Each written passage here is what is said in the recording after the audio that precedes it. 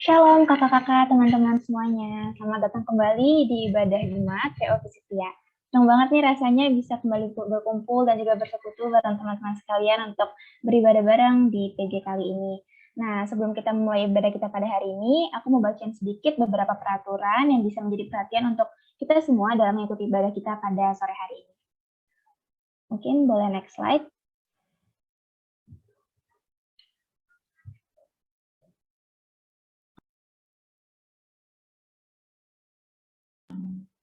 Oke, untuk yang pertama, siapkan tempat yang tenang, Alkitab maupun notes. Kemudian siapkan juga hati dan pikiran kita untuk dapat bersungguh-sungguh mengikuti ibadah dari awal hingga akhir.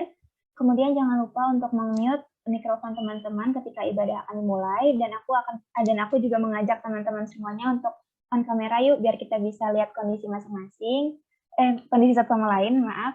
Kemudian jangan lupa juga ajak teman-teman AKK, PKK, TKK, PHDT untuk hadir dalam ibadah kita pada sore hari ini. Dan di akhir ibadah nanti kita akan ada foto bersama, jadi jangan lupa, jangan leave terlebih dahulu selesai ibadah. Oke. Untuk mulai ibadah kita, marilah kita bersaat teduh. Saat teduh, dipersilakan.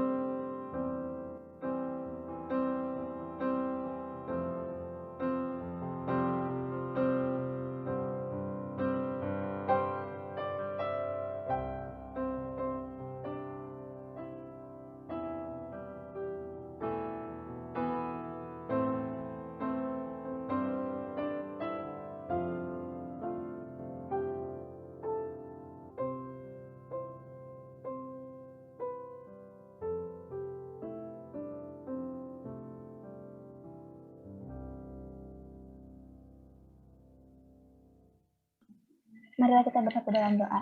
Tuhan Yesus yang baik, terima kasih Bapa, Engkau telah mengumpulkan kami semua di ruangan Zoom ini, Tuhan, untuk bersekutu berkumpul untuk memuliakan nama-Mu Bapa.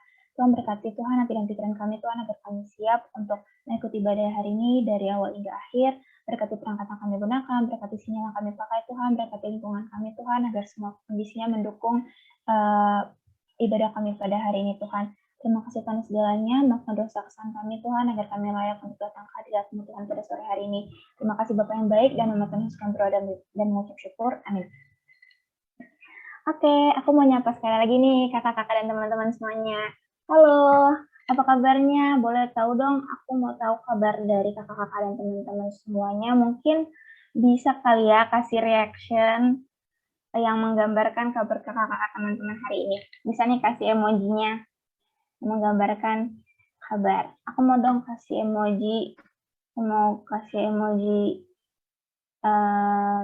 thumbs up, karena aku lagi keadaannya baik-baik aja sih. Yang lain gimana nih? Oke. Ada yang lagi sedih nih Kak Steven, ada yang lagi oke-oke juga. Jadi aku lihat Kak Jolita kayak emojinya kayak kaget gitu ya Kak. Oke, makasih teman-teman udah ngasih tahu kabarnya. Oke, mungkin di sini aku simpulin kali ya, kalau kabar kita satu sama lain itu beragam gitu. Mungkin ada yang lagi bersukacita, ada yang lagi baik-baik aja, kalau biasa-biasa aja, atau mungkin ada yang lagi takut dan sedih gitu. Tapi teman-teman, apapun musim hidup kita, satu hal yang harus kita ingat adalah Tuhan itu selalu bersama dengan kita. Dia selalu nungguin kita untuk datang ke hadirat-Nya, dan maka dari itu kita juga sebagai anaknya harus punya kerinduan untuk datang ke hadirat-Nya. Oleh karena itu, untuk memulai ibadah kita pada sore hari ini, marilah kita angkat pujian mengejar hadir-Mu.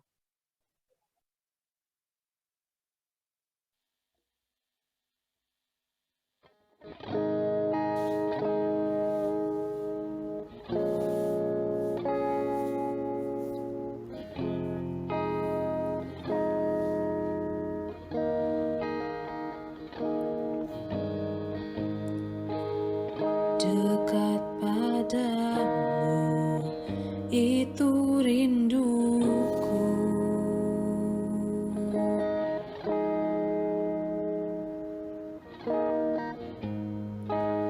Setiap kataku, kau pun menunggu.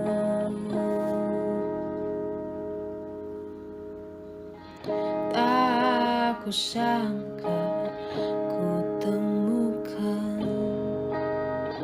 satu kasih yang abadi. Kini ku datang dan ku bawa hidupku.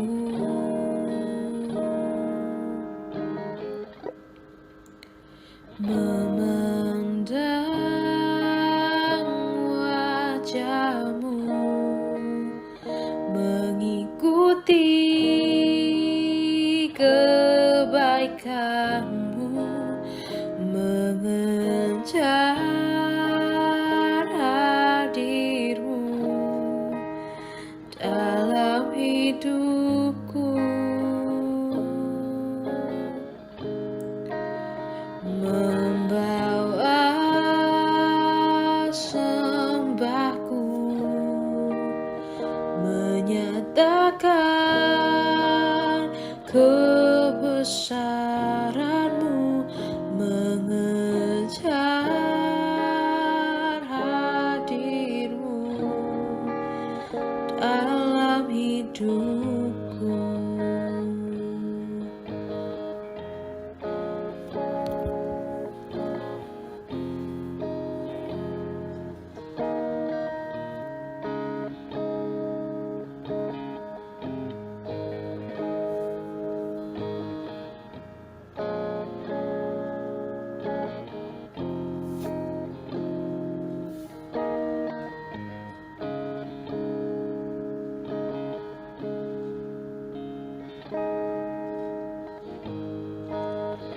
Dekat padamu, itu rinduku.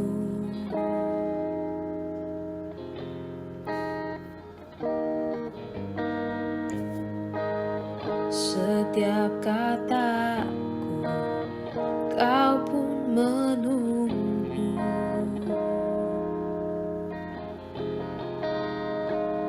Aku sangka ku temukan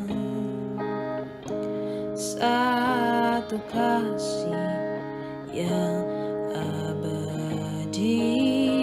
Kini ku datang dan ku bawa hidupku.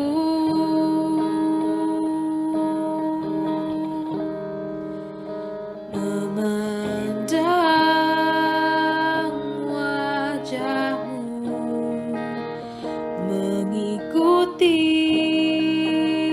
kebaikanmu, mengejar hadirmu dalam hidupku.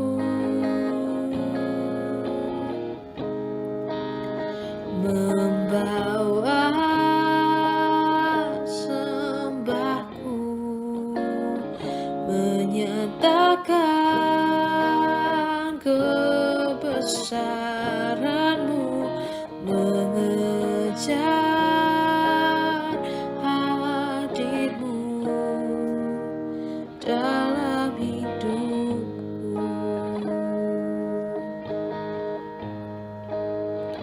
Memandang wajahmu, mengikuti kebaikanmu, mengejar hadirmu dalam hidupku.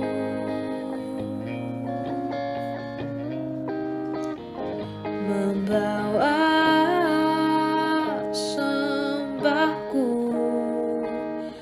menyatakan kebesaranmu, mengejar hadirmu dalam hidupku.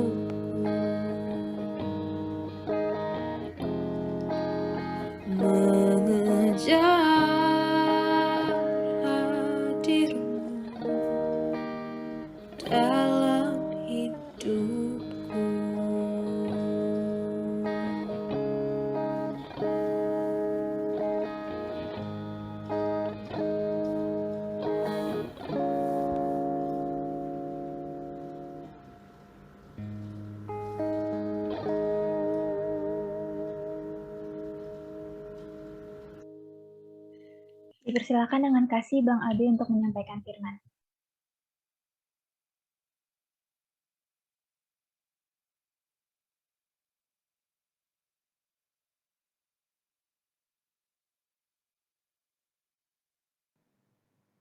Ya, cek, cek.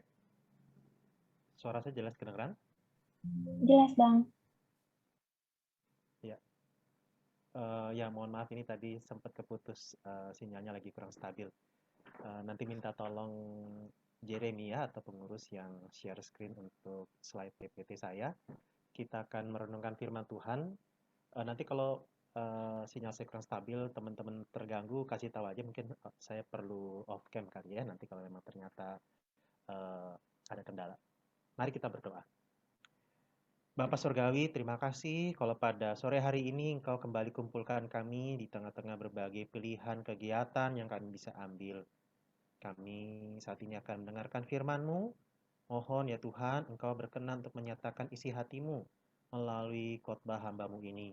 Sehingga setiap kami sungguh-sungguh mengalami Tuhan berbicara, Tuhan menyapa kami, Tuhan menyentuh dan menjamah hati kami dengan firman-Mu. Kami mohon Kau juga yang memberkati jaringan internet, listrik, device yang kami gunakan. Sehingga kami bisa dengan luasa menikmati kehadiran Tuhan, firman Tuhan, dan diubahkan oleh kuasa firman itu. Kalau mungkin ada rekan-rekan kami yang lain yang akan mengikuti persekutuan pada sore hari ini di tengah-tengah khotbah, di tengah-tengah ibadah, Engkau juga yang berkenan siapkan hati mereka. Engkau yang gerakan hati teman-teman kami untuk mau beribadah, bersekutu bersama di sore hari ini. Dalam nama Tuhan Yesus kami berdoa. Amin. Oke, ya sekali lagi selamat sore. Saya menyapa teman-teman semua. Kita akan merenungkan firman Tuhan yang bertemakan Knowing and Understanding God. Ya minta tolong dari teman-teman pengurus ya untuk share screen-nya. Nah, teman-teman, kita akan merenungkan tema ini dan saya mengambil nas Alkitab yang kita akan renungkan dari Yeremia pasal yang ke-9. Ya, pas juga ya pengurus yang kontak saya namanya Yeremia. Yeremia pasal yang ke-9, ayat yang ke-23 dan yang ke-24. Saya akan bacakan. Saya sudah salin di slide ya. Yeremia 9 ayat 23-24, demikian firman Tuhan. Beginilah firman Tuhan. Janganlah orang bijaksana bermegah karena kebijaksanaan. Janganlah orang kuat bermegah karena kekuatannya. Janganlah orang kaya bermegah karena kekayaannya. Tetapi siapa yang mau bermegah, baiklah bermegah karena yang berikut.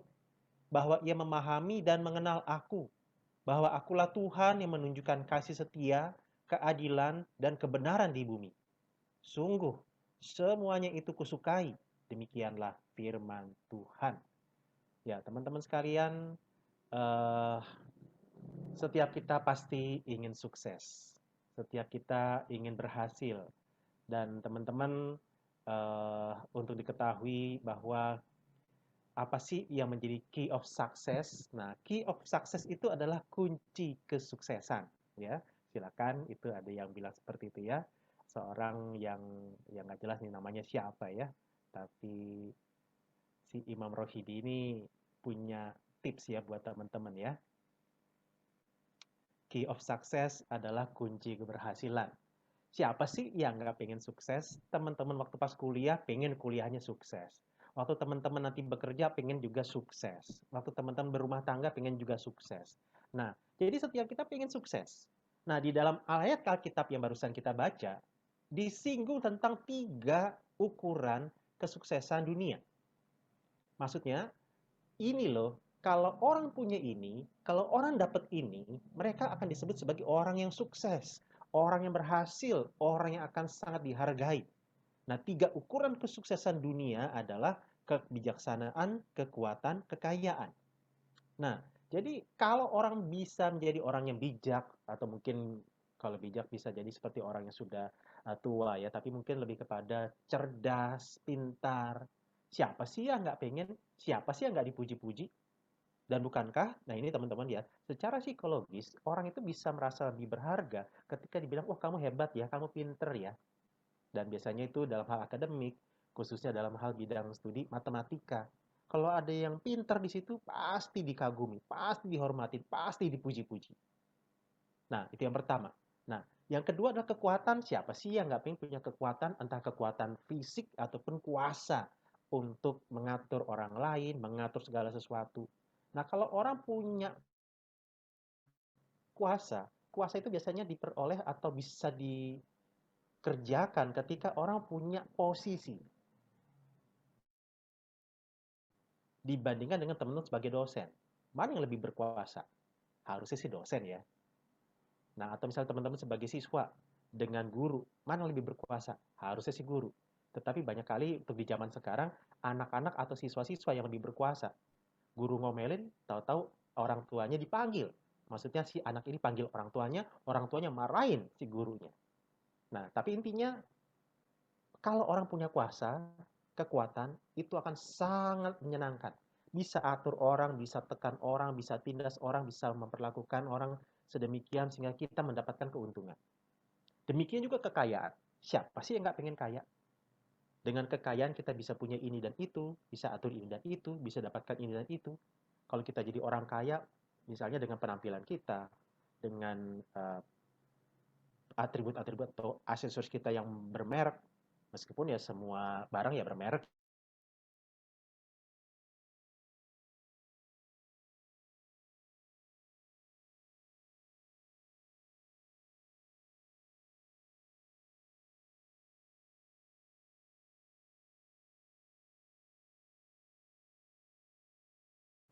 Ya, oke, mohon maaf, sempat terputus ya. Saya coba off cam dulu saja untuk sementara.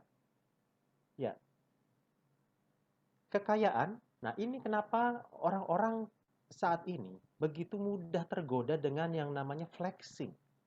Karena ini tadi, kalau saya punya kekayaan, saya pasti akan disukai. Nah, teman-teman, saya tidak bilang nggak boleh ya jadi orang pinter, orang berposisi, punya kekuatan dan kuasa, orang punya kekayaan, nggak apa-apa. Saya tidak bilang salah. Kita tidak dilarang untuk punya ini. Yang menjadi permasalahannya adalah kalau tadi dari penjelasan-penjelasan saya, yang menjadi masalah adalah tujuan dan dampaknya.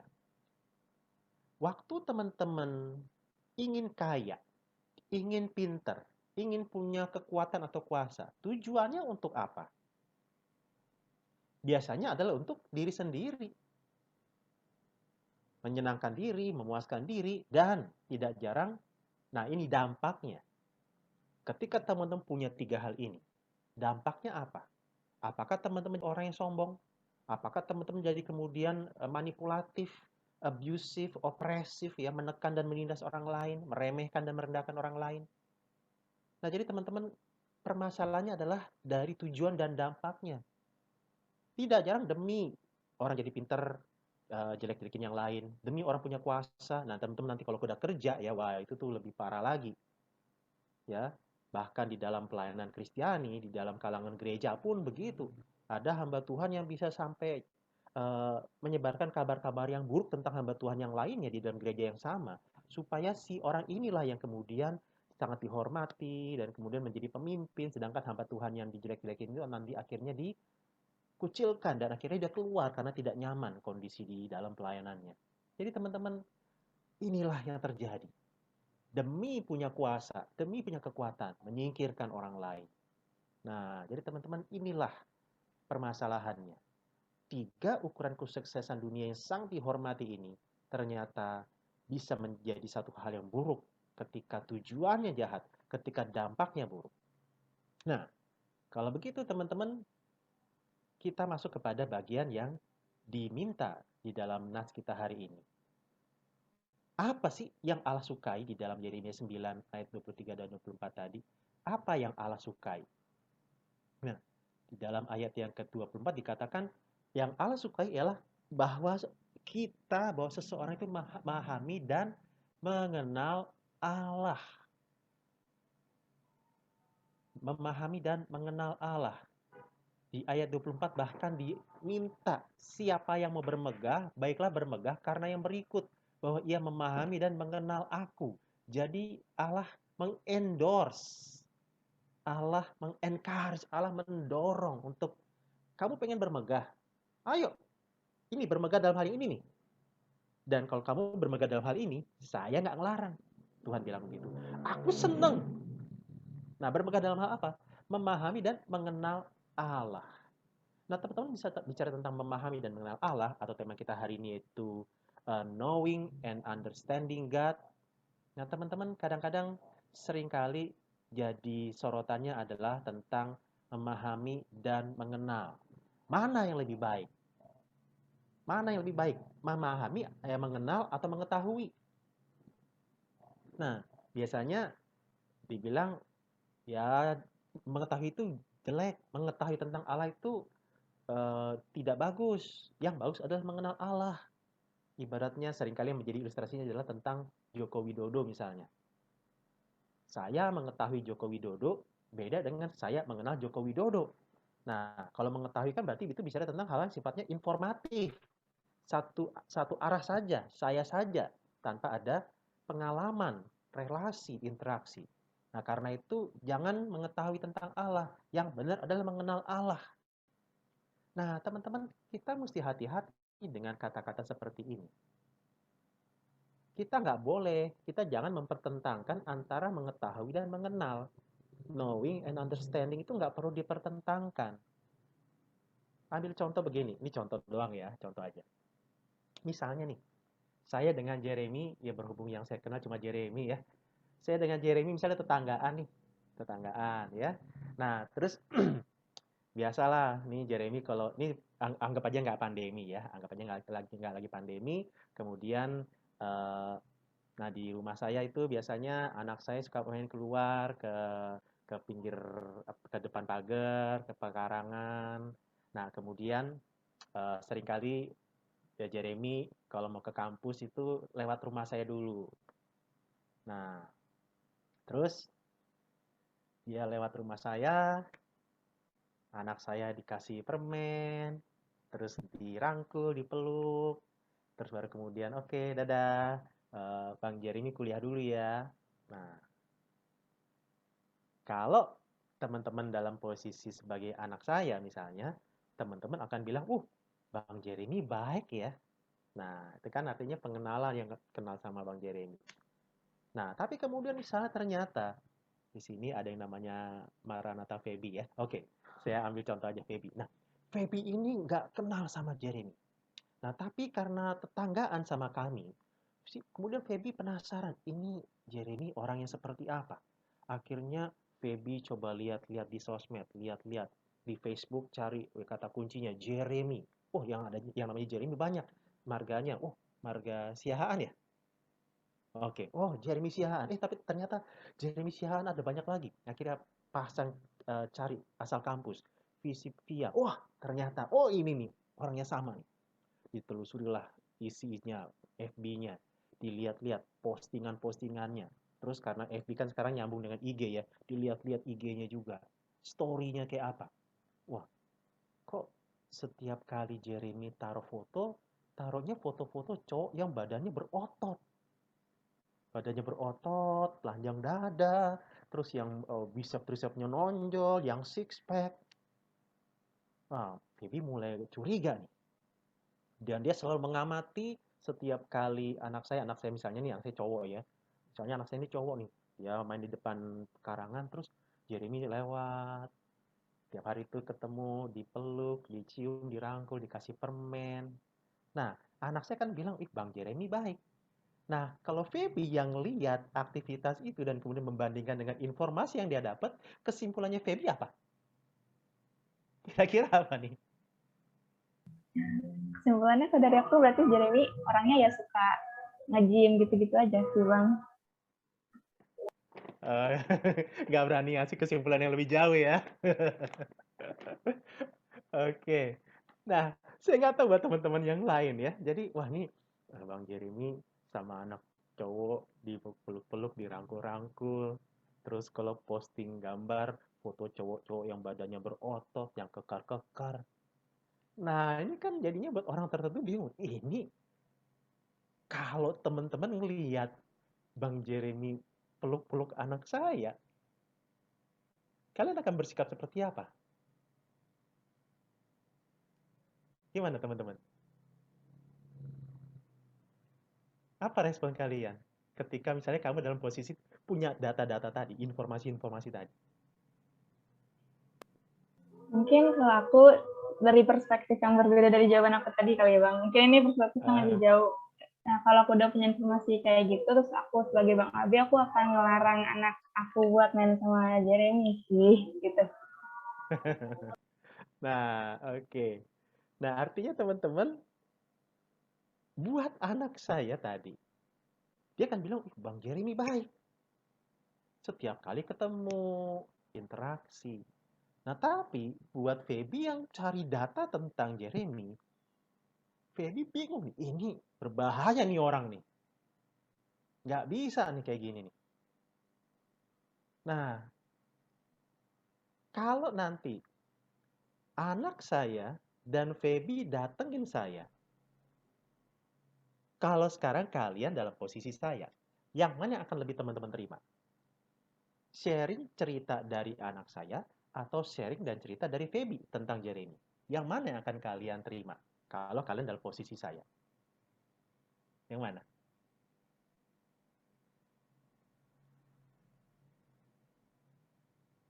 Yang mana? Dari anak mungkin ya Bang, soalnya kan tadi dibilangnya Feby kan tetangga yang gak deket kan. Jadi kita Oh gitu. ya, kurang percaya. Hmm, hmm, hmm. Nah, sekarang kalau kalian dalam posisi tadi sebagai orang yang cukup logis ya, pilih yang mana jadinya?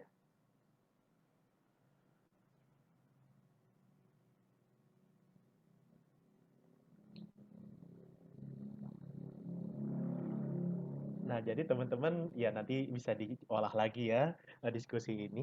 Tapi intinya jangan-jangan dua hal ini nggak perlu dipertentangkan dan nggak perlu pilih salah satu.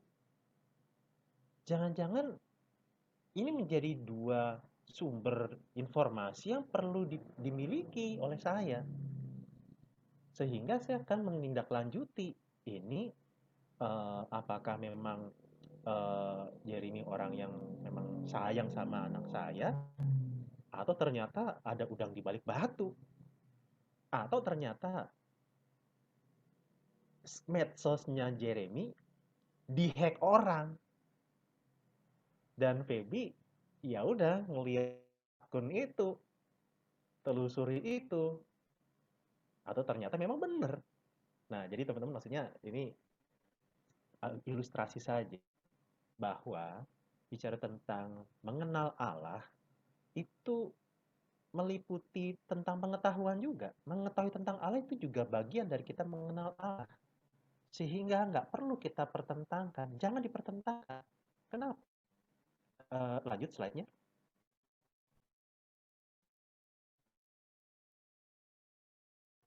Kita nggak punya pengenalan benar kalau kita nggak punya pengetahuan yang benar.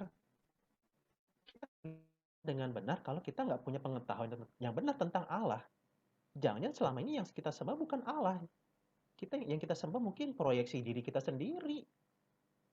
Nah, kemudian yang kedua, tidak cukup pengetahuan yang benar tanpa pengenalan yang benar. Jadi antara hal yang sifatnya informatif dengan antara hal yang sifatnya relasi atau ya relatif dalam artian relasi, itu dua hal yang harus dijalani sama-sama. Jadi kita tidak boleh mempertentangkan antara mengetahui tentang Allah dan mengenal Allah. Ini dua hal yang harus jalan sama-sama. Kita hanya bisa mengenal berelasi dengan Allah kalau kita punya pengetahuan yang benar tentang Allah. Nah, jadi teman-teman, inilah yang kita perlukan. Mengetahui tentang Allah dan mengenal Allah. Knowing about God and knowing God. Nah, jadi teman-teman, ini tidak boleh kita abaikan. Nah, kemudian ketika di dalam bagian ini, yang ke-24, Allah mengatakan, kalau mau bermegah atas hal yang berikut, bahwa ia memahami dan mengenal aku. Nah, kata mengenal di sini, teman-teman, kalau di dalam bahasa Ibrani-nya, atau dalam bahasa aslinya, itu adalah relasi yang dalam dan personal. Kenapa? Karena di dalam kata mengenal ini, bahasa yang dipakai adalah yada. Yada dalam bahasa Ibrani-nya ya.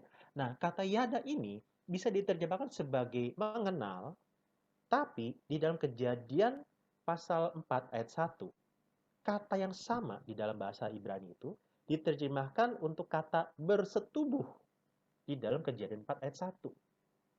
Jadi waktu di dalam Yeremia 9 ini ayat 24, mengenal aku, maksudnya adalah relasi yang intim.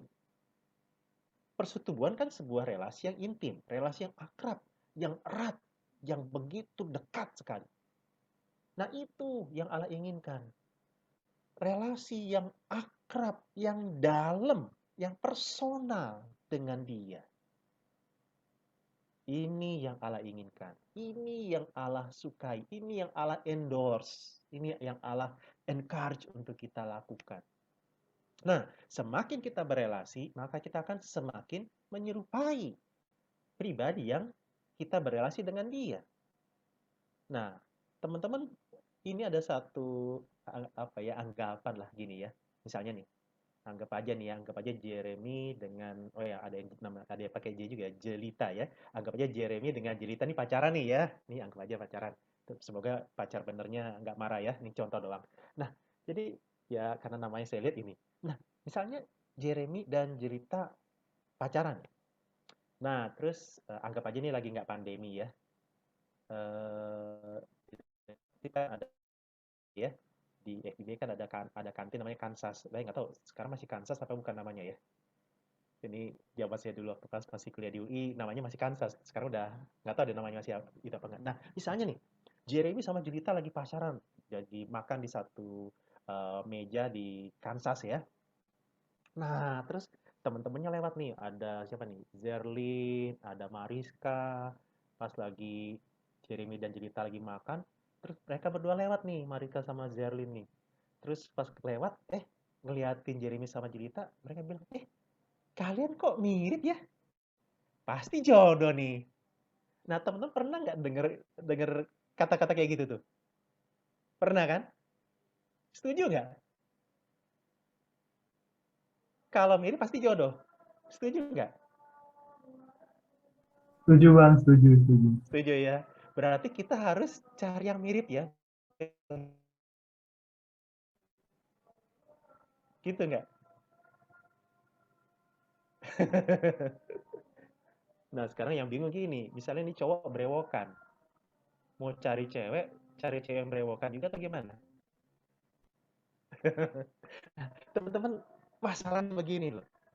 Bukan gara-gara kita mirip maka kita pacaran, kita berjodoh. Tapi kebalikannya. Karena kamu pacaran, maka kamu jadi mirip. Ketika teman-teman pacaran, misalnya ketemu, ngobrol, cerita, berbagi, terus nanti teman-teman makan bareng kemana. Akhirnya apa? Kalian akan saling mempengaruhi satu sama lain. Nanti cara kalian ngomong, intonasinya mulai sama. Kosakata yang mau dipakai seringkali sama juga. Karena apa? Sering ngomong bareng kan. Pilihan katanya akhirnya saling mempengaruhi. Kemudian selera makannya juga lama menyesuaikan. Makin sama. Jadi bukannya mirip dulu baru berjodoh, berpacaran. Tapi pacaran dulu, makanya nanti jadinya mirip. Jadi maksudnya semakin kita berelasi, lama-lama kita akan makin menyerupai pribadi yang kita berelasi dengannya. Nah, jadi teman-teman, inilah yang menjadi alasan kenapa ya Allah ingin kita berelasi dengan Dia. Sehingga melalui relasi itu, melalui interaksi itu, maka kita akan semakin serupa dengan Dia. Nah, itulah yang Allah sukai. Nah, tapi menariknya, di ayat 24 ditutup dengan kata-kata, sungguh semuanya itu kusukai. Semuanya. Maksudnya apa nih? Semuanya kan berarti sesuatu yang banyak, bukan hanya satu. Dari tadi kita bahas memahami dan mengenal Allah. Kan kayaknya sepertinya sebuah kalimat yang cuma satu kalimat saja. Hanya satu item saja. Tapi ternyata dibilang semuanya itu kusukai. Apa aja memangnya? Kok dikatakan semuanya? Lanjut. Nah, waktu dikatakan semuanya itu kusukai, berarti ini bukan hanya tentang memahami dan mengenal aku, melainkan, nah ini ya, dampak ketika mengenal Allah. Di sini dikatakan Allah yang dikenal adalah Allah yang menunjukkan kasih setia, keadilan, dan kebenaran. Nah, jadi teman-teman, di dalam ayat-ayat ini, mau dikatakan tentang siapa Allah yang kita diajak berelasi dengannya, yaitu bahwa Allah adalah Tuhan yang menunjukkan kasih setia, keadilan, dan kebenaran di bumi. Nah, jadi teman-teman di dalam bagian ini, ketika engkau berelasi dengan Allah yang kasih, adil, dan benar, maka harusnya ini akan berdampak dalam hidup kita. Kita jadi orang yang punya kasih setia. Kita belajar untuk menjadi orang yang adil terhadap sesama, hidup benar di antara sesama. Nah, jadi kalau di awal bicara tentang 3 hal yang menjadi ukuran kesuksesan dunia, maka di dalam bagian ini Allah mengajukan 3 hal, 3 kebajikan yang akan dimiliki orang ketika orang itu berelasi dengan Allah. Dan 3 hal ini menjadi 3 hal yang Allah sukai, di mana itu pasti akan membawa kebaikan buat sesama. Inilah semua yang Allah sukai. Jadi ketika engkau bilang engkau adalah orang yang punya hubungan pribadi yang dekat dengan Tuhan, maka harusnya itu akan kelihatan dari relasimu dengan sesama. Apakah engkau jadi orang hidupnya benar? Apakah engkau akan berlaku adil dengan sesama? Apakah engkau menjadi orang yang menunjukkan kasih setia, loving kindness? Nah, jadi inilah yang menjadi kerinduan Allah. Bukan hanya untuk orang-orang yang kayaknya vertikalis, yang pengen cepat-cepat masuk surga. Enggak. Tapi menjadi orang-orang yang berusaha untuk mendemonstrasikan surga kepada orang-orang di sekitar. Orang-orang mengalami keadilan, kebenaran, dan kasih setia. Dan saya harap ini juga menjadi kerinduan yang kita dapat di dalam persekutuan kita. Ya, karena kadang-kadang tema-tema PJ itu kita perlu gumulkan juga. Bagaimana tema-tema PJ itu menyentuh pergumulan ataupun kontroversi yang terjadi dalam bidang keilmuan kita, di dalam bidang sosial politik, di dalam ya ilmu administrasi, bagaimana seorang Kristen itu bisa masuk di dalam bidang-bidang tersebut dan tidak menjadi orang yang dualistik. Dia kayaknya rohani di persekutuan dan gereja, begitu di dalam tempat kerja ya udah, yang penting cuma kerja dapat uang selesai. Tapi tidak bisa menyikapi isu-isu yang kontroversial di dalam bidang keilmuannya. Karena ketika teman-teman diperlengkapi dalam hal itu, maka teman-teman bisa mengerjakan yang namanya kasih setia, keadilan, dan kebenaran. Mari bahas itu juga di dalam persekutuan kita, di dalam kelompok kecil kita. Sehingga ketika kita nanti terjun di dalam dunia kerja, kita benar-benar bisa mengintegrasikan iman kita dengan disiplin ilmu kita. Nah, ini yang Allah rindukan. Kita menjadi orang yang utuh, dekat dengan Allah, dan juga peduli dengan sesama. Nah, pertanyaan berikutnya kalau begitu, lanjut, bagaimana ya manusia bisa mengenal Allah yang benar dengan benar? Jangan sampai ini cuma angan-angan kita aja, proyeksi kita aja. Nah, di dalam Injil Yohanes, setidaknya ada 2 ayat yang saya kutip. Orang hanya bisa mengenal Allah yang benar dengan benar, yaitu melalui satu hal.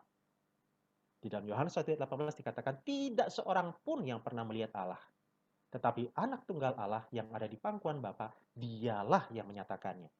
Yohanes 14 ayat 7, ketika di ayat 6, Tuhan Yesus mengatakan, akulah jalan dan kebenaran dan hidup, tidak ada satu orang pun yang dapat datang kepada Bapa kalau tidak melalui aku. Nah, ayat berikutnya, ayat 7 dikatakan, sekiranya kamu mengenal aku, pasti kamu juga mengenal Bapakku. Sekarang ini kamu mengenal dia, dan kamu telah melihat dia. Satu-satunya cara orang bisa mengenal Allah yang benar dengan benar, hanya dengan Kristus. Hanya di dalam Kristus. Nggak ada satu manusia pun yang pernah melihat Allah. Kenapa? Karena Allah itu roh. Nah, tetapi ketika Kristus datang ke dunia menjadi manusia, orang bisa mengetahui tentang Allah. Allah yang benar, Allah yang adil, Allah yang setia. Lihatlah Yesus. Dan untuk orang bisa mengenal Allah yang benar itu, punya relasi dengan Allah, maka harus di dalam Kristus. Harus dengan mengimani dan mempercayai Yesus sebagai Tuhan dan Juru Selamat. Disitulah relasi kita bisa dipersatukan lagi dengan Allah. Nah, jadi teman-teman, inilah syarat satu-satunya. Di dalam Kristus, kita baru bisa mengenal Allah yang benar dengan benar. Nah, karena itu teman-teman, sebagai penutup dari renungan saya hari ini, Allah seperti apa yang kamu kenal? Nah, kita bisa mengevaluasinya dengan cara bagaimana cara hidup dan sikapmu terhadap orang lain. Kita juga bisa mengevaluasi hidup orang lain. Meskipun ini bukan untuk menghakimi, tetapi untuk menolong mereka. Allah seperti apa sih yang saya kenal? Allah seperti apa sih yang adik-adikku kenal? Allah seperti apa sih yang teman-temanku kenal? Kita akan bisa melihat indikator-indikatornya dari kehidupan dia. Bagaimana mereka menjalani hidup, bagaimana sikap mereka terhadap orang lain, bagaimana mereka mengambil keputusan-keputusan dalam hidup. Di situ akan kelihatan. Kalau kita bilang kita punya Allah yang Maha Kuasa, pertanyaannya, kenapa kita khawatir terus? Ini nggak logis. Katanya kita percaya Allah kita Maha Kuasa. Saya bukan bilang kita nggak boleh khawatir. Yang ditekankan oleh Tuhan Yesus dalam Matius pasal 6 adalah jangan kamu terus-menerus khawatir. Kita bisa khawatir tiba-tiba muncul aja perasaan khawatir. Tapi maksud Tuhan Yesus adalah jangan biarkan kamu larut di dalam kekhawatiran. Jangan kamu terus-menerus khawatir. Jadi ketika kamu khawatir, itu mungkin sebuah percikan di dalam pikiran, sebuah gejolak di dalam emosi. Nah, tapi kita punya pilihan. Apakah kita akan larut di dalamnya ataukah kita stop dengan keyakinan bahwa Allah Maha Kuasa. Sehingga kita tidak perlu lanjut lagi di dalam kekhawatiran. Atau Allah seperti apa yang kamu kenal ketika kamu tidak mampu mengampuni sesamamu? Ketika kamu masih memelihara kebencian yang akar pahit terhadap orang lain? Kalau kamu bilang Allahmu adalah Allah yang pengasih dan pengampun, belajarlah mengampuni sesamamu. Meskipun tidak mudah, tetapi sebenarnya waktu kita mengampuni, yang mendapatkan keuntungan bukan orang yang kita ampuni. Siapa? Kita. Kita yang hendak mengampuni. Kalau kita mengampuni, kita yang lega. Selama kita tidak mengampuni, kita terus digerogoti oleh kebencian. Ibaratnya kita minum racun dan berharap orang yang kita benci yang mati. Berapa banyak orang-orang yang karena kebencian dia terus pelihara, hidupnya tidak tenang. Kelihatan dari wajah yang suram dan muram. Penuh dengan amarah. Untuk pengampunan itu bisa kau lepaskan, engkau bagikan. Nah, tapi itu hanya kita bisa alami ketika kita mengalami pengampunan Tuhan. Sehingga kalau engkau mengalami pengampun, engkau akan ditolong untuk bisa. Kalau kita meyakini Allah adalah Allah yang Maha Kasih, Allah bukan hanya mengasihimu, tetapi mengasihi orang tuamu, tetanggamu, teman kampusmu, orang yang tidak seiman denganmu. Seperti apa sih kamu terhadap mereka? Nah, jadi teman-teman, biarlah firman Tuhan pada hari ini memberikan penguatan buat kita dan menguji kita. Kiranya semakin kita mengenal Allah, semakin kita mengekspresikannya itu di dalam relasi baik dengan saudara seiman maupun dengan teman-teman di kampus ataupun yang tidak seiman dengan kita. Amin. Mari kita berdoa. Bapa Surgawi, tolong setiap kami untuk merenungkan firman-Mu, mencernanya dengan baik. Dan tolong kami ya Tuhan, untuk bisa mengekspresikan pengenalan kami akan Allah di dalam relasi kami dengan orang lain. Baik di tengah keluarga, di tengah-tengah perkuliahan, di tengah-tengah pergaulan, dan juga di tengah-tengah pekerjaan. Tolong kami ya Tuhan. Kiranya kami menjadi cerminan-cerminan Allah yang hadir di berbagai tempat, di tengah-tengah keluarga, di pekerjaan. Melalui hidup kami, orang lain melihat Allah. Dalam nama Tuhan Yesus kami berdoa. Amin. Saya serahkan selanjutnya kepada MC. Oke, terima kasih Bang Abi. Ya. Oke, terima kasih Bang Abi atas firmannya dan renungannya. Oke, mungkin teman-teman yang ingin bertanya bisa langsung tanya lewat Slido yang linknya udah dikirimin di chat box. Oh, oke. Ada satu pertanyaan nih Bang. Sebenarnya mengenal Kristus itu caranya gimana ya Bang? Apakah dengan membaca Alkitab, saat teduh, doa tiap hari itu sudah cukup? Boleh Bang langsung dijawab untuk pertanyaan pertama. Oke. Mengenal Kristus itu dalam artian ini sebuah hal yang timbal balik ya, bolak-balik ya. Kita bisa kenal Tuhan Yesus melalui Alkitab. Jadi sehingga ketika kita baca Alkitab, kita coba tanya, apa yang kita tahu dan kita kenal tentang Yesus? Nah, jadi itu menjadi hal yang timbal balik. Nah, jadi maksudnya begini, untuk mengenal Kristus itu, mengenal di sini kan berelasi ya. Berarti titik pertamanya adalah mengimani Yesus yang dikatakan dalam Alkitab. Mengimani dia, nah salah satu hal yang ada di dalam Alkitab tentang Yesus adalah dia sebagai Tuhan dan Juru Selamat kita, yang membuat kita bisa dibebaskan dari belenggu dosa. Nah, jadi teman-teman, mengenal Kristus diawali dengan kita menerima Kristus sebagai Tuhan dan Juru Selamat. Setelah itu kita belajar mengenal dia, mencari tahu tentang dia melalui pembacaan Alkitab. Maksudnya gini, waktu kita berdoa dan saat teduh, itu kita bukan sebagai sebuah kegiatan, tapi itu sebagai sarana relasi. Kita lagi berelasi, kita lagi kayak ngobrol dengan dia, gitu. Nah, tapi kemudian yang kedua adalah karena Allah bisa menyatakan dirinya melalui ciptaan yang lain, sehingga ya ketika kita di keseharian, ketika kita ketemu dengan orang lain, kita bisa tanya, apa yang Tuhan Yesus ajarkan melalui hal-hal itu semua. Nah, jadi ketika itu kita pertanyaan itu kita pakai, kita bisa lebih punya relasi yang kaya dengan Tuhan. Jadi baca Alkitab, saat teduh, doa, itu sarana, tapi ya, itu sarana untuk mengenal Yesus. Nah, tapi bukan berarti kalau kita baca Alkitab dan saat teduh, kita sudah mengenal Yesus, belum tentu. Kita bisa mengenal Yesus melalui hal-hal itu ketika kita tanya, apa ya yang saya kenal dari Yesus melalui bacaan hari ini, melalui saat teduh hari ini. Gitu. Ya, semoga bisa membantu. Oke Bang Ade, terima kasih sebelumnya. Kemudian ada yang nanya lagi nih Bang, apakah orang-orang yang sudah mengenal Allah itu akan memiliki perspektif yang benar-benar sama mengenai karakter Allah, atau akan tetap ada perspektif yang berbeda pada tiap orang? Oke, maksudnya saya coba tafsirkan dulu ya. Apakah orang yang sudah mengenal itu memiliki perspektif yang benar-benar sama mengenai karakter Allah, atau akan tetap berbeda perspektif dengan pada tiap-tiap orang? Dalam artian begini sih ya, kalau Allahnya satu, harusnya sih yang dikenal sama. Cuma maksudnya begini, mungkin kalau ini dalam istilah teologianya, progressive sanctification, dalam artian dan progressive revelation, maksudnya ada sesuatu yang progresif. Maksudnya adalah jangan-jangan mungkin begini, ibaratnya untuk orang-orang tertentu, mereka punya pengenalan tentang Tuhan mungkin dalam 1, 2, 3 aspek. Nah, buat yang lain mungkin 1, 2, 3, 4, 5 aspek. Nah, ini seiring dengan berjalannya waktu mungkin lama-lama makin bertambah. Kalau yang dimaksud perspektif berbedanya adalah itu, maka ya saya setuju.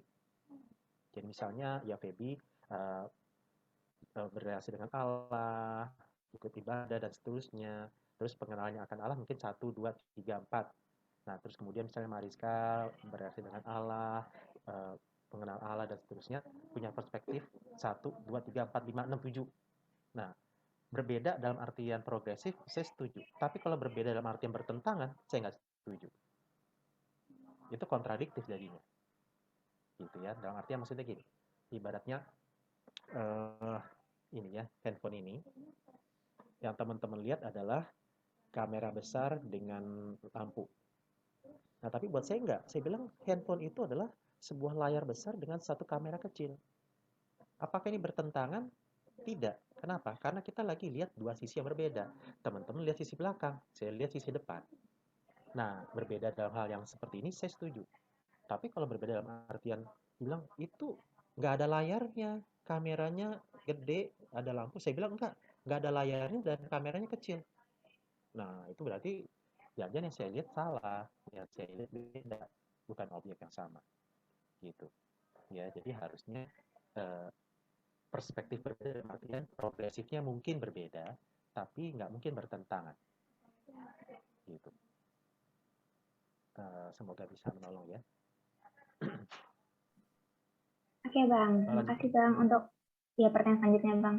Bagaimana sih Bang untuk bisa fokus ke Tuhan, bukan fokus ke hal lain seperti kekayaan, kehormatan, dan lain-lain? Ya, ini memang ya pertanyaan yang baik ya. Ini memang godaan setiap manusia ya, termasuk orang yang sudah jadi rohaniawan pun masih bisa. Nah, memang gini,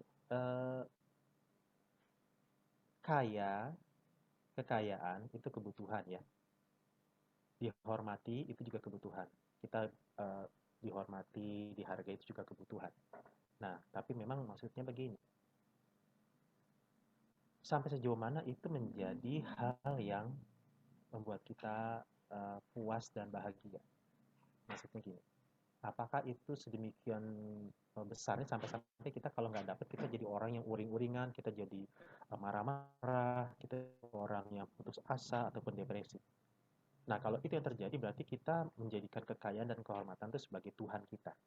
Nah, bagaimana kita bisa fokus ke Tuhan dan bukan ke hal yang lain? Nah, mau nggak mau memang ini menyambung dengan pertanyaan yang pertama, bahwa makanya kita butuh waktu-waktu untuk beristirahat, menenangkan diri. Di situ kita mulai mengatur ulang apa yang menjadi fokus hidup kita. Nah, saya ambil contoh ilustrasi aja ya dari perilaku binatang. Teman-teman tahu penguin ya? Tahu penguin? Nah, penguin itu teman-teman menarik. Salah satu perilaku yang saya dapat dari satu buku, dia kan ini ya, jalannya kan goyang-goyang, goyang-goyang gitu. Nah, jadi teman-teman yang menariknya dari buku yang saya dapat itu adalah ketika dia berjalan dari satu tempat ke tempat lain, dia goyang-goyang, ada waktu di mana dia akan berhenti sejenak. Misalnya dia dari sebelah, anggap aja nih, sebelah kiri saya mau ke sebelah kanan saya. Nah, ketika dia jalan, nah dia misalnya belum nyampe, dia akan berhenti dulu. Dia berhenti dan dia tengok kanan, tengok kiri, lihat-lihat. Nah, kenapa dia berhenti seperti itu? Karena dia takutnya waktu dia berjalan itu, dan konon katanya waktu dia berjalan itu pandangannya nggak terlalu tajam, sehingga dia bisa miring lintasannya, tidak sesuai dengan yang dia tuju di awal. Sehingga dia harus berhenti di dalam waktu-waktu tertentu untuk lihat-lihat lagi. Am I on the right track or not? Nah, setelah dia lihat, oh ternyata dia belok makin lama makin menyimpang ke kiri. Maksudnya makin nyerong ke depan, ke arah teman-teman misalnya. Ya udah, dia mulai lagi arahkan tracknya dia, jalan lagi ke tempat yang dia tuju. Nah, ini bisa menjadi salah satu ilustrasi yang menolong kita. Bagaimana untuk kita bisa tetap fokus sama Tuhan. Yaitu, jadi kita doa, kita saat teduh itu sebagai sarana untuk kita atur ulang. Am I on the right track or not? Gitu. Jadi, ya itu salah satunya ya. Dan yang kedua sih lewat komunitas. Ketika teman-teman punya kelompok kecil, izinkan teman kelompok kecilmu itu untuk mengoreksi kita, memberikan masukan ke kita. Dan izinkan mereka bertanya, are you okay? Are you on the right track? Nah, ini salah satu hal yang penting ya di dalam kekristenan. Kekristenan kan bukan hanya bicara tentang saya dan Tuhan, tapi saya, Tuhan, dan sesama. Ya, jadi izinkan kita punya kelompok kecil yang jadi teman, jadi sahabat. Mereka punya akses untuk nolong kita, mengevaluasi kita. Ya, itu. Oke Bang, makasih Bang atas jawabannya. Ada pertanyaan lagi nih Bang. Bagaimana agar kita lebih memahami rencana Allah dalam hidup kita? Karena kadang apa yang kita harapkan dan doakan tidak diizinkan oleh Allah. Oke. Ya, tentang rencana Allah dalam hidup kita itu memang ada rencana yang general, umum, di mana setiap orang itu dirancang untuk seperti itu. Misalnya, dalam Roma 8 ayat 28 dan 29, Allah itu punya rencana bahwa kita itu dicipta untuk serupa dengan Kristus. Nah, jadi ini semua adalah maksudnya buat saya, buat Feby, buat Mariska, buat Jeremy, buat Jonathan, Ya Allah ingin kita itu, semua kita, rencana Allah adalah agar kita tuh serupa dengan Kristus. Nah, itu rencana umumnya.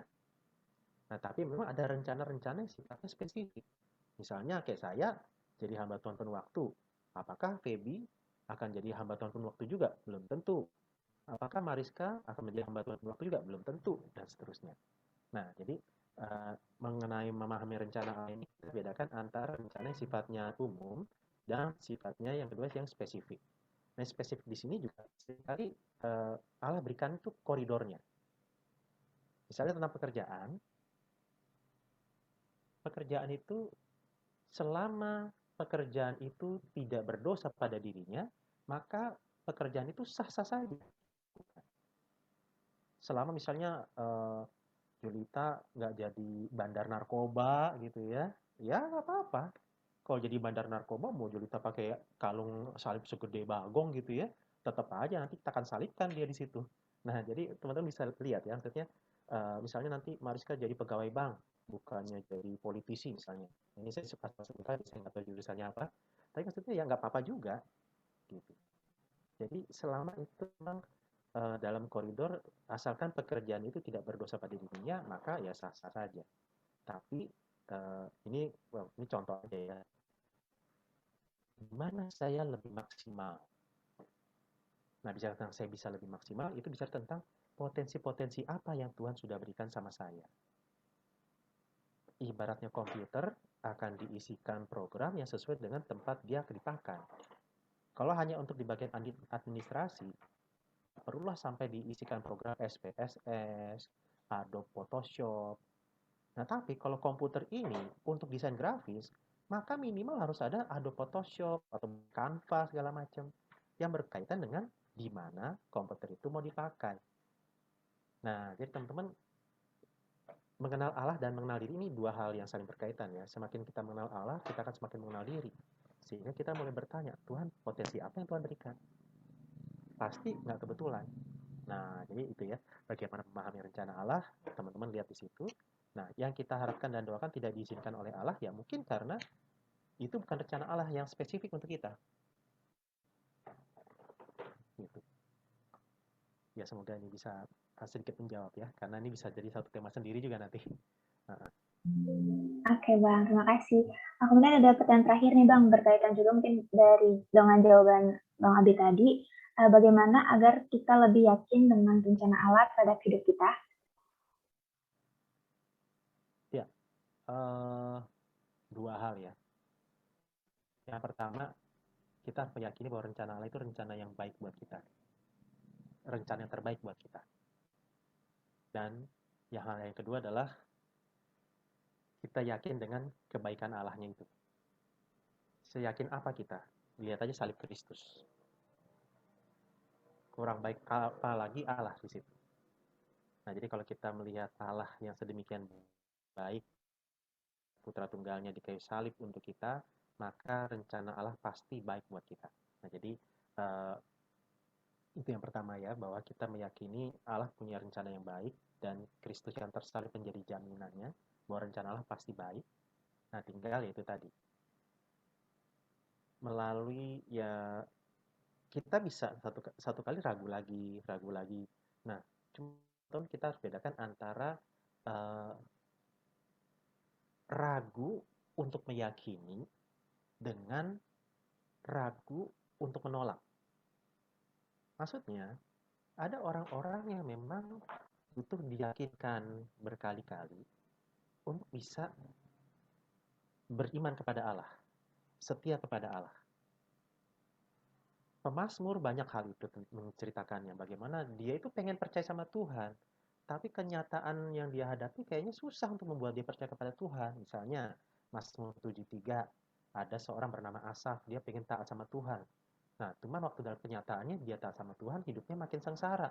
Sedangkan orang yang jahat kok makin gemuk dan sukses. Ini maksud dia, kata gemuk itu bukan maksudnya yang gemuk itu pasti jahat ya, bukan. Tapi maksudnya orang-orang yang jahat ini kok bisa dengan keuangannya, dengan kekayaan itu menggemudi.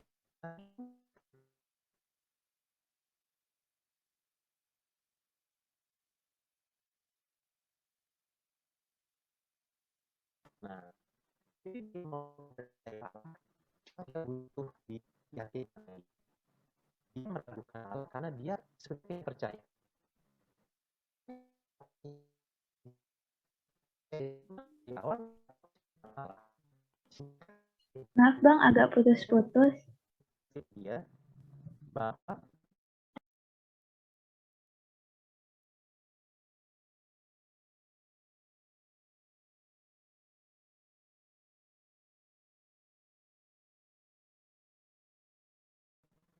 oke, sorry, putus ya.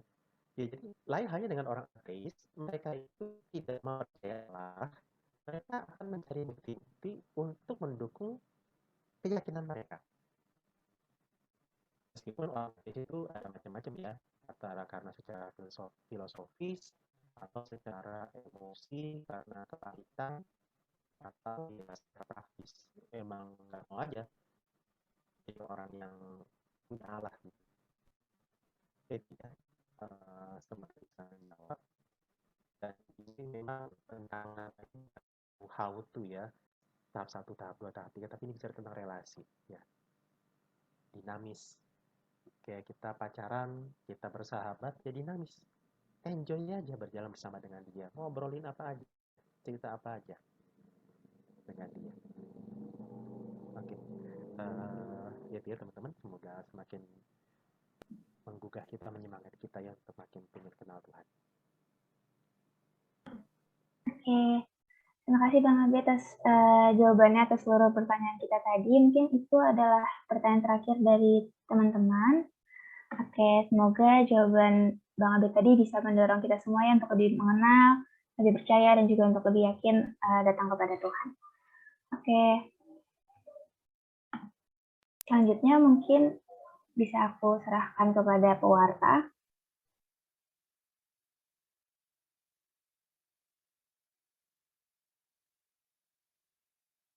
Cek, kedengeran?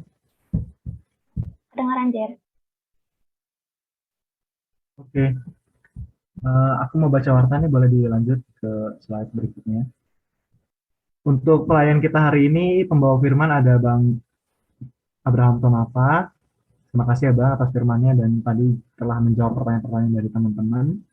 Untuk MC ada teman kita Feby dari Negara 20, gitar ada Alvin dari Sejahtera Sosial 21, lalu singer ada Iges dari Niaga 20, editor Lucia dari Negara 20, slider ada Claudio dari Kriminologi 21, ushernya ada Zerlin dari Negara 21, pendoa syafaat Mariska dari Hubungan Internasional 21, dan pewarta Jeremy dari Fiskal 20. Selanjutnya kami mau ucapin selamat ulang tahun nih untuk teman-teman yang ada di sini. Itu ada Daniel Negara 18, kemarin tanggal 15 Mei, ada Eninta dari Niaga 18, juga ada Jelita dari Komunikasi 18, Nasya dari Kriminologi 19, dan Kire dari Niaga 21. Apakah ada yang hadir nih sini yang ulang tahun nih? Ada ya, Jelita ya. Ya, semoga selamat panjang umur dan selamat ulang tahun dan semoga panjang umur ya. Have a blessed birthday. Oke, selanjutnya isi kertas doa yuk, kita mau berdoa buat kamu karena kita tahu dari ayat 1 Petrus 5 ayat 7 mengatakan serahkanlah segala kekhawatiranmu kepadanya sebab ia yang memelihara kamu. Teman-teman yang ingin butuh bantuan doa dari kami boleh mengisi di bit.ly/kertas doa Visipia atau di Snapgram atau Instastory Instagram Visipia UI. Itu berupa Q&A box gitu. Teman-teman boleh update di situ dan kami akan doakan. Selanjutnya ada weekly blessing, teman-teman yang ingin men-share, membagikan apa yang telah teman-teman nikmati, ucapan syukur yang teman-teman rasakan dari Tuhan untuk kepada teman-teman yang lain di Visipia. Kami dengan senang hati menerima mau teman-teman mempersembahkan pujian, bernyanyi, ataupun teman-teman membuat satu post atau tulisan, atau teman-teman membuat satu Christian worldview, bagaimana kekristenan memandang banyak fenomena sosial sekarang. boleh teman-teman masukkan di bit.ly/daftar weekly blessing. Selanjutnya, ya bagi teman-teman yang mungkin baru lulus ataupun misalnya mendapat apresiasi tertentu atau misalnya ikut kompetisi dan menang, kami mau mendoakan dan juga mengapresiasi teman-teman. Kami dengan senang hati, boleh teman-teman di bit.ly/live.POVCVIA. Nanti kami akan share, dan kami doakan. Selanjutnya, nah, setiap kita melakukan ibadah persekutuan Jumat, ataupun mungkin update-update lainnya yang berhubungan dengan video, itu akan ada di YouTube POV Setia UI. Teman-teman boleh cari di YouTube, langsung ada POV Setia UI. Kalau teman-teman ketinggalan PJ atau PSS, recordingnya ada di YouTube. Oke, selanjutnya. Persembahan kasih sesuai dengan yang tertera, aku berikan waktu kepada teman-teman.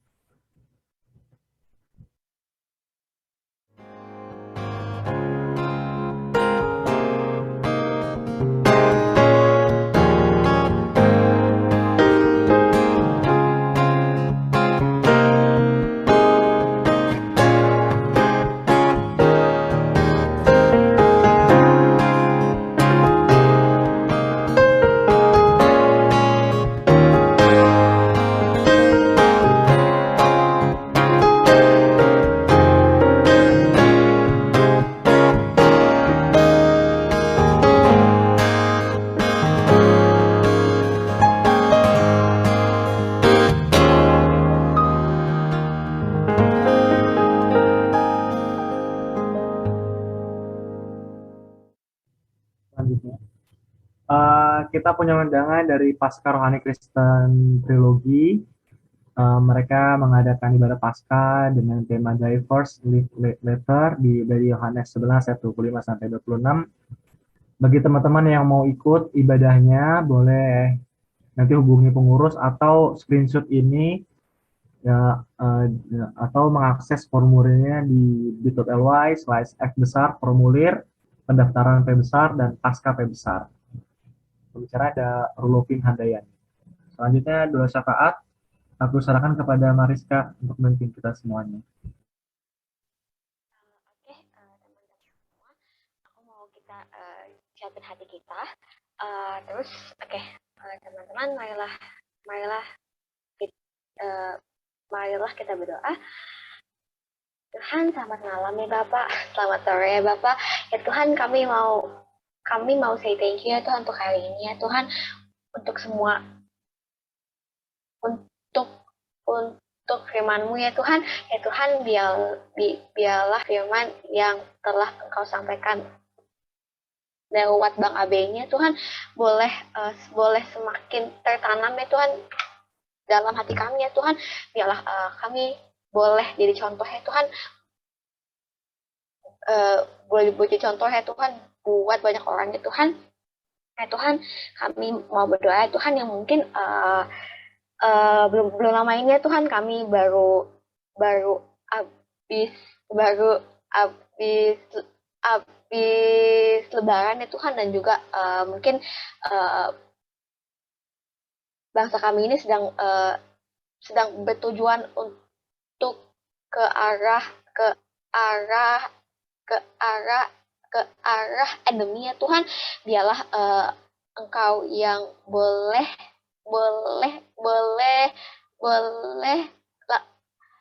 lancarkan segala sesuatunya ya Tuhan. Dan ya Tuhan, biarlah kami ya Tuhan, semua daripada kami ya Tuhan, semua bangsa ini ya Tuhan, kami boleh baik-baik saja Tuhan, kami boleh sehat ya Tuhan, bebas dari semua sakit penyakit ya Tuhan. Kalaupun Engkau boleh izinkan ya Tuhan, biarlah itu semua hanya untuk Engkau ya Tuhan. Dan ya Tuhan, kami juga ingin berdoa ya Tuhan untuk bangsa kami ini ya Tuhan, untuk semua aspeknya ya Tuhan, baik itu dari segi sosial, budaya, semuanya itu ya Tuhan. Biarlah kami boleh taruh semuanya itu dalam tangan-Mu ya Tuhan. Ya Tuhan, biarlah kami ya Tuhan, anak-anak-Mu ini ya Tuhan, boleh Kau pakai dengan luar biasa ya Tuhan. Biarlah Engkau boleh terus proses kami ya Tuhan, sehingga Engkau boleh pakai kami dengan luar biasa ya Tuhan, dan biarlah kami boleh jadi terang ya Tuhan buat mereka ya Tuhan, sehingga mereka boleh lihat Engkau dan mereka boleh semakin kenal Engkau ya Tuhan lewat kami ya Tuhan. Bahkan mungkin dunia akan semakin sulit ya Tuhan, akan semakin aneh-aneh ya Tuhan, tapi biarlah kami boleh semakin kuat dalam Engkau ya Tuhan, sehingga mereka boleh betul-betul lihat Engkau dan mereka boleh hidupnya boleh sangat berubah ya Tuhan dalam Engkau ya Tuhan. Dan ya Tuhan, kami juga mau berdoa ya Tuhan untuk setiap anak-anak ya Tuhan yang mungkin sekarang semuanya sudah secara offline ya Tuhan. Biarlah Engkau yang boleh jaga setiap mereka ya Tuhan, apalagi tidak hanya dengan adanya COVID-19 ya Tuhan, tapi juga penyakit hepatitis ya Tuhan. Biarlah Engkau yang boleh sertai mereka Tuhan, biarlah mereka tidak takut ya Tuhan. Mereka boleh tahu bahwa selalu ada Engkau dalam hidup mereka ya Tuhan. Dan ya Tuhan, biarlah boleh semuanya itu boleh lancar dalam tangan-Mu ya Tuhan, tidak hanya untuk anak-anak tapi juga untuk semua guru-gurunya ya Tuhan. Biarlah Engkau boleh berikan hikmat juga ya Tuhan. Dan ya Tuhan, kami juga mau berdoa ya Tuhan untuk apa yang mungkin kami sering lihat ya Tuhan, banyak banget ya Tuhan, dari semua berbagai belahan dunia Tuhan, ada banyak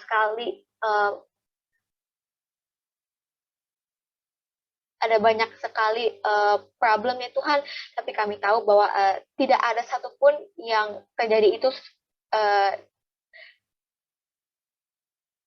di luar izin Engkau ya Tuhan. Kami tahu bahwa Engkau boleh izinkan karena ada satu rencana baik ya Tuhan.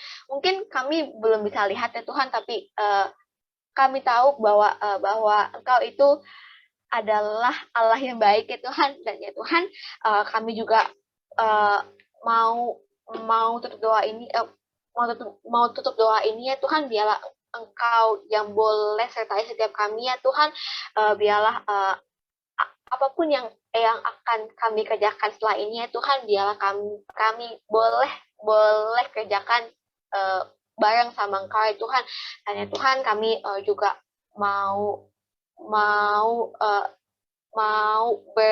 mau berkati Bang Abe ya Tuhan. Biarlah boleh Engkau terus berikan sukacita dan juga semangat ya Tuhan. Biarlah Bang Abe ini boleh terus setia sama Engkau ya Tuhan. Dan ya Tuhan, kami sekarang tutup semuanya dalam tangan-Mu ya Tuhan. Mungkin doa ini sangat-sangat tidak sempurna ya Tuhan, tapi biarlah Roh-Mu yang boleh terus kerja dalam kami ya Tuhan. Dan sekarang kami serahkan semuanya dalam tangan-Mu. Haleluya, amin.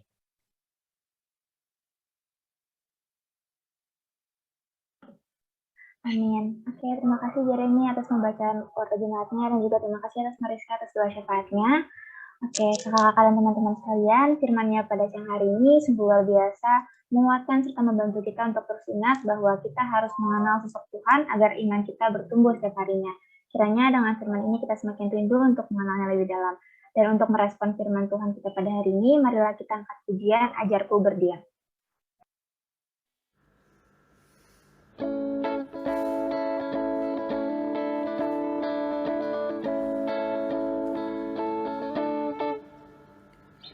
Ajarku berdiam, dekati hati-Mu. Di saat ku berpaling, temukan cinta-Mu. Di sana Kau menanti untuk bawaku lagi bersekutu dalam damai yang sejati. Oh, ku damba hadir-Mu,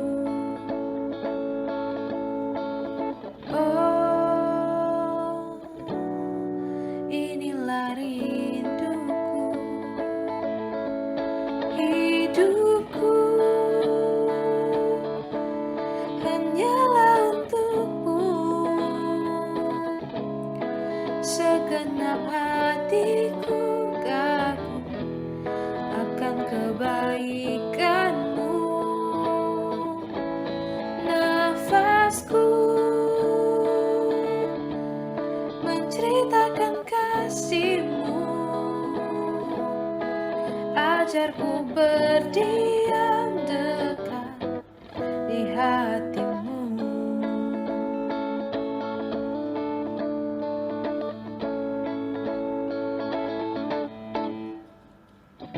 Ajarku berdiam dekat di hati-Mu.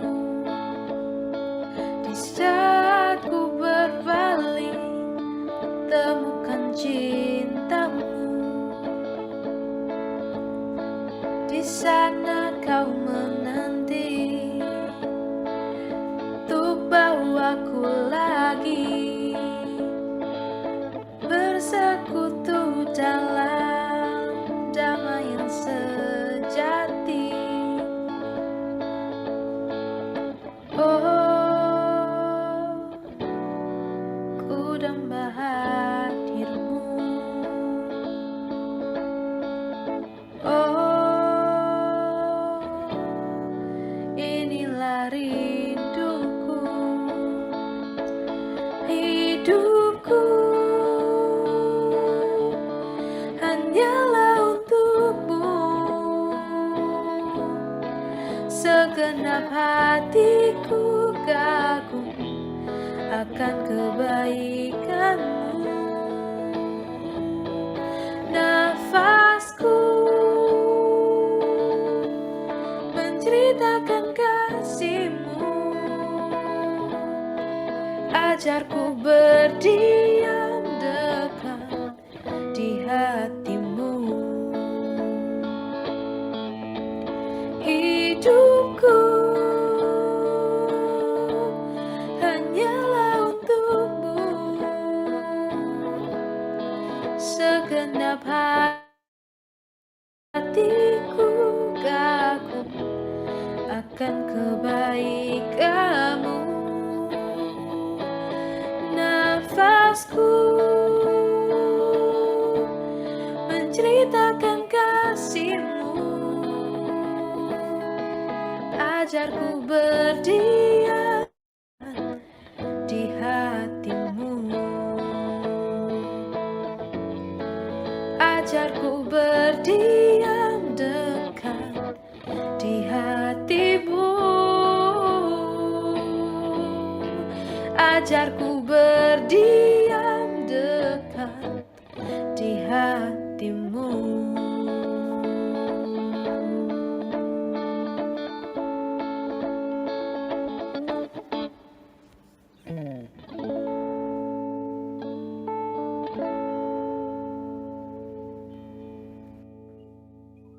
Dipersilakan kepada Bang Abe untuk menutup ibadah dengan doa. Mari kita berdoa.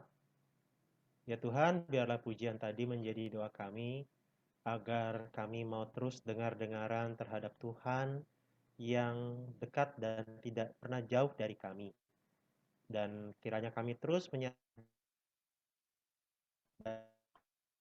dalam studi pekerjaan, sehingga kami bisa terus dekat dengan Tuhan. Kami tidak sendirian, kami tetap damai dan aman karena kami bersama dengan Tuhan. Dan kiranya kedekatan kami dengan Tuhan ini memberikan dampak di dalam relasi kami dengan orang lain. Terima kasih Tuhan. Dan kalau sebentar lagi kami akan berpisah satu dengan yang lain, kami akan kembali kepada aktivitas kami masing-masing. Satu hal yang kami mohon, kiranya kasih karunia Tuhan Yesus Kristus dan kasih Allah Bapa dan persekutuan Roh Kudus menyertai kami senantiasa, mulai hari ini, esok, bahkan sampai selama-lamanya. Amin.